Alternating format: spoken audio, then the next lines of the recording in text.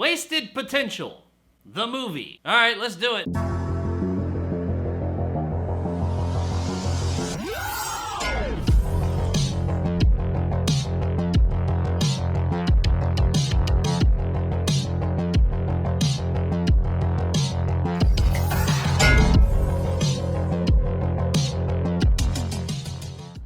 No Exit, kinda how I felt while watching this movie, is brought to us by director Damian Power and stars Havana Rose Liu, Danny Ramirez, and Dennis Allstate's Got You Covered Haysbert. During a blizzard and stranded at a highway rest stop in the mountain, a college student discovers a kidnapped child in a car belonging to one of the people inside. So No Exit had a pretty cool trailer. I looked at it and I said, you know what? I bet that's not gonna be high art, but I bet it'll be a pretty good time.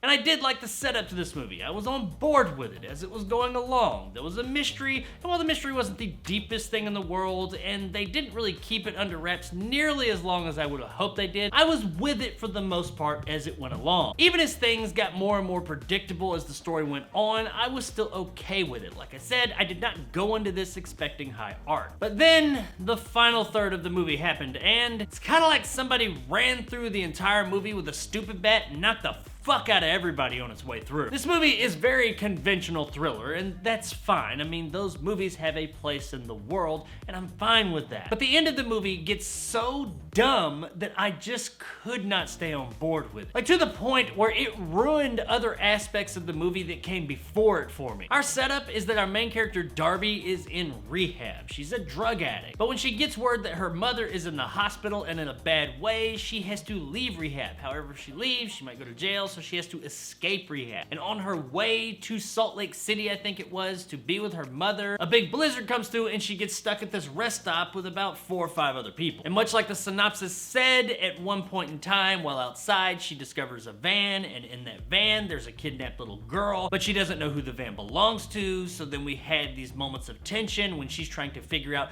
whose van that is. The trailer of the movie really leaned into this and made you believe a lot of the movie was gonna be like that, where you didn't know who to trust. You weren't really sure who it was. It was gonna lead you down a path saying, oh, it's probably this person's. Oh, no, it might be that person's. And a lot of the movie was gonna kind of toy with you that way. That was one of the things that intrigued me about it. But no, the movie only really spends about 10 minutes on this point before you find out who the fucking van belongs to. Yeah, there's some other twists that come up after that, but those, at least one of them for sure, you see coming long before they show up. But okay, one of the most interesting things about the trailer only lasted about 10 minutes. That's fine, whatever, let's go on with this conventional thriller. And the movie is okay for the most part. I mean, there's nothing mind-blowing here. It probably would have been like worth streaming or something for me if it had continued on that path. But then a nail gun is introduced. When it goes into use, this is when the movie just goes into fucking Stupidsville. And I'm gonna nitpick a couple of things, and that's just because that's the way my brain works.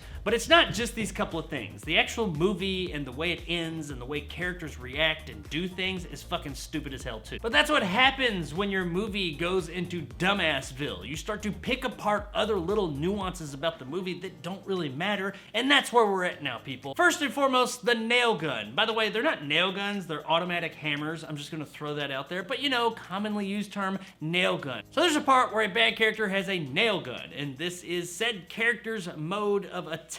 And with this nail gun, it's been modified so that the safety has been turned off on. I just want to say that this is not a thing. Well, I guess technically you could probably deactivate the safety that's on the end of a nail gun. I don't know if you can do it in like 1.5 to 2 minutes in a fucking blizzard, but let's just say he did, and let's just say that most people aren't aware that you can or cannot do that. That's fine, but the use of this nail gun in the movie, the character walks around as if they have a fucking pistol, but it's a nail gun. Like, this is the fucking Desert Eagle of nail guns or something. He walks around and at a distance of like 10 to 20 feet is shooting this thing rapidly at a person as the nails travel that distance and go through cars and tires and people. I mean, this is a deadly fucking nail gun. This is not in any way, shape, form, or fashion how nail guns work. And I feel like the vast majority of people out there at this point in 2022 know this. They may not know exactly how a nail gun or automatic hammer work,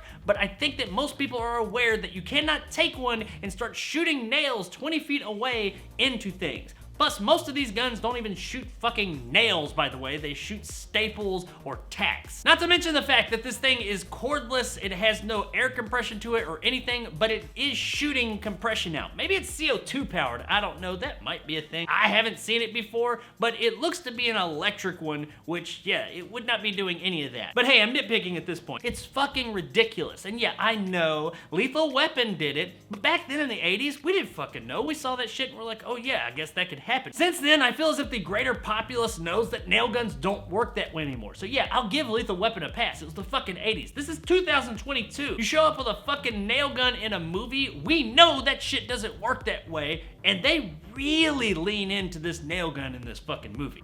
Clearly you can see I'm very passionate about the fucking nail gun. Moving on to another dumb thing in the movie that I feel like most people know, if not necessarily how it works, but we just know that that is a thing, is there's a part near the end of the movie where a character has a gun on another character and they're about to shoot him. The problem is when they pull this gun out, clearly the slide on the gun is popped back and the gun is empty. Now, I know that there are people that have never shot or even touched a gun before, but if nothing else, I think that movies have taught the general populace now that if the slide is cocked back like that, then there are no fucking bullets in the gun. Like so. It's like, bam, right there. As soon as I saw this scene, I said, the fucking gun's empty. And I'm not like some gun nut. I don't sit there and notice all kinds of stuff about guns. We all know that the gun is empty. Why did they do this? I don't know. It's fucking stupid that you included this in your goddamn movie and tried to fool us into thinking that the character's about to get fucking shot. It just irritated me, and I know I'm nitpicking at this point because the rest of the fucking end of this movie was just fucking stupid and dumb, and we're about to get to that. So I know those were nitpicks and all, and maybe I went on a bit of a rant. Sorry about that. But moving on with the actual story of the end of this movie. I'm not gonna spoil it. Let's just say everybody gets really fucking dumb and decisions made by characters just don't make any sense. And also there are other characters that suddenly become like Quick Draw McGraw. They're able to roll over, pick up a gun, turn it around and shoot someone even though there is a gun trained on them the whole fucking time. Makes no fucking sense. Sorry, that whole nail gun thing and the gun being cocked back thing just really threw me for a loop. Kind of hot and flustered at this point about it all. Now I know I'm a little late on this movie. It came out about a week ago, and when I saw it, I was gonna do a review, but I just hadn't got around to it because I thought the movie was so fucking stupid. But then I talked to another fellow YouTuber who had already reviewed this movie, and in speaking to them, they said, well, I didn't think it was that bad. And after speaking with them, I went back and revisited part of the movie. I thought about it, gave it more time to process, and a little bit of distance from it, so some of those little frustrations aren't there anymore. And yeah, the ending of this movie's still fucking stupid. However, I will say that I've lightened a bit on the rest of the movie. I did actually enjoy this movie up to that final third. And the final third, it wasn't as annoying this second time that I watched it. I think the thing that annoys me the most about the end of this movie is that everything that preceded it, while not high art and amazing, was decent. I was enjoying it. I liked where it was going. I predicted a lot of it, sure, but I was still having a good time. And then the movie just went to fucking Stupidsville. And that's frustrating. All they had to do was keep on going the direction they were going and take us home. Now there was an opportunity for the movie to shift gears and go into another place where this nail gun and all this other shit would have been okay and made sense. And that would be a Mandy moment involving some drugs. If you've seen Mandy and you've seen this movie, then you'll know what I'm talking about. And I thought maybe that's where the movie was gonna go, and it kinda, sorta tried to for a second and then just kinda let that go. Now had they gone down that Mandy route with this part of the film, I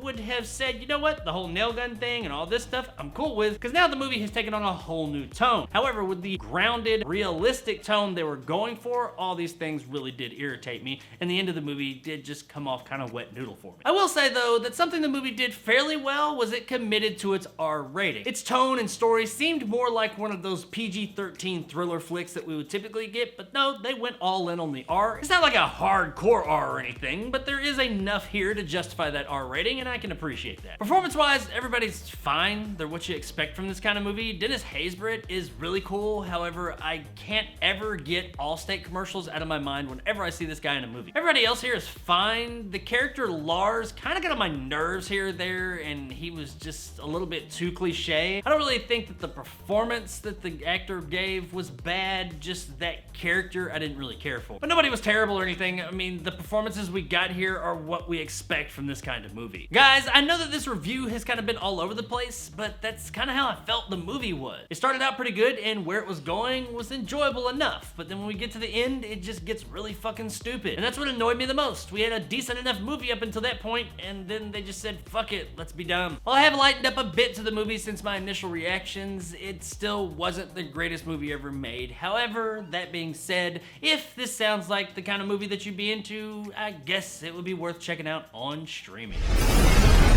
Across the street.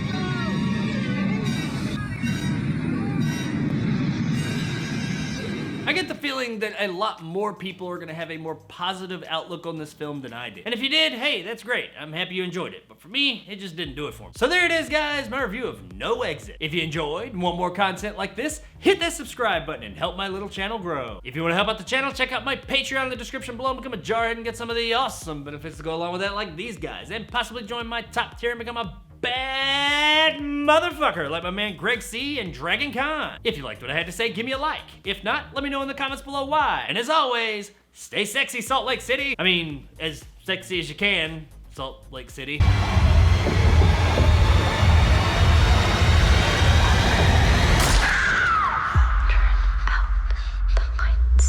Okay, so I guess I can admit that maybe I went on a bit too long about the nail gun and the gunslide thing, but I mean, damn it, man. Just dumbass shit in movies that are trying to be grounded, and especially when the movie started out okay, and then they just go into Dumbsville, that really bothers me, and those things just contributed to that whole entire situation. That, and I mean, it's a nail gun. They don't work that way. And the safety thing, in order for a nail gun to be able to do this shit, you got this